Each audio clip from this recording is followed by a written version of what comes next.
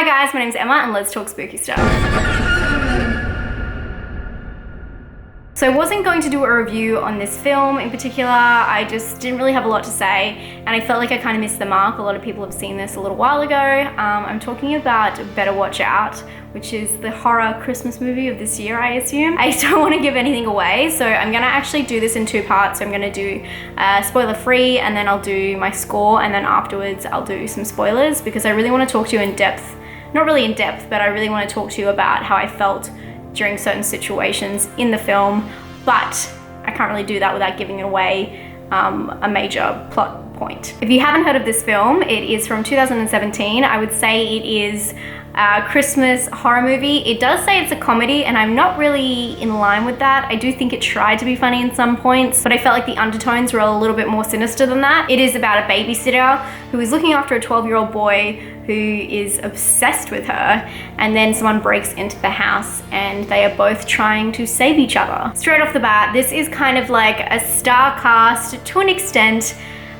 People who are definitely edging in on the horror scene. This includes Ed Oxenbound, I hope I'm saying that right, and Dakar Montgomery, who you might recognize from Stranger Things, but fun fact, he is from Perth, Australia. But surprisingly, the standout for this film is the main character, who is played by Levi Miller, and guess what? He's Australian too. He was in Red Dog, Jasper Jones. If you guys don't know, that is a really famous novel, Australian novel, and he also stars as Peter in Pan. Miller plays Luke, who is kind of like a shy boy who's obsessed with his babysitter, and I think he did a tremendous job at selling you the character.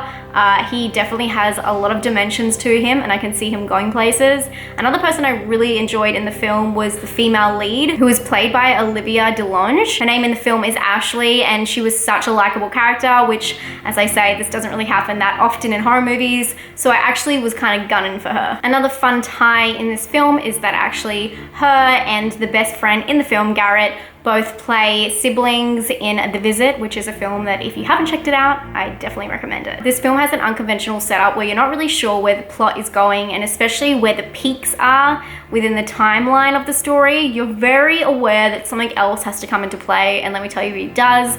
And when it does, I'm not really sure what your reaction's meant to be.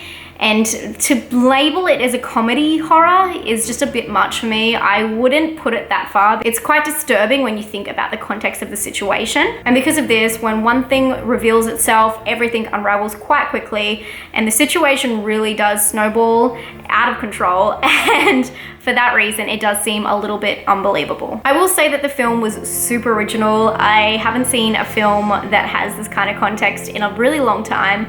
I thought it was kind of ingenious in a way to put a spin on the normal babysitter intruder story, and it is definitely a film that you do want to go in without knowing anything, which a lot of people told me to do. As for the techniques of the film, it was shot really nicely. They did a few kind of fun elements with a point where you kind of fall with a character onto their back. Little filming techniques that, I don't know, spiced it up a little bit, but also kept it really interesting because there is a lot of dialogue and a lot of different characters. And as I say, I love blocking in films and, you know, the movement of characters.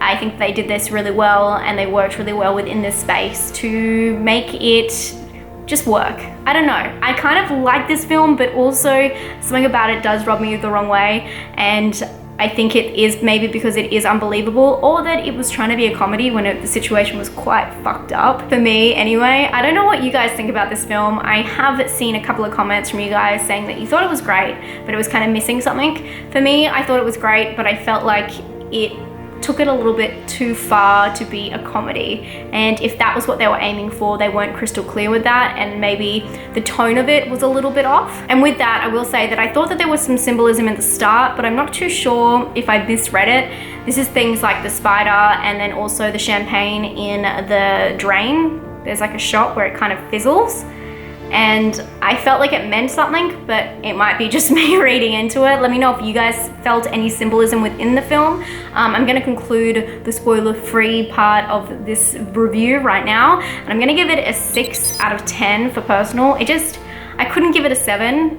If I could, I'd give it a 6.5. I do think it's worth a watch, but it wasn't a standout for me. For scare score, I will give it a 6 because I do think that I was on the edge of my seat at some points, and some points were very disturbing, although the context was all off, so it didn't seem as disturbing as it should be, if that makes sense. And for originality, I'm gonna give it an 8 out of 10. I think it's a fantastic storyline, but it may have taken it a step too far to be believable for me. And now onto the spoilers. If you have seen this film, you will know the twist. And I'm going to talk to you guys about the reasons I felt it was a little bit far-fetched. Obviously, he just spiraled completely out of control, and he is an actual psychopath, which was meant to be kind of comedic at the start with the best friend, who's meant to be like the wild card, the funny kid, helps him play this prank.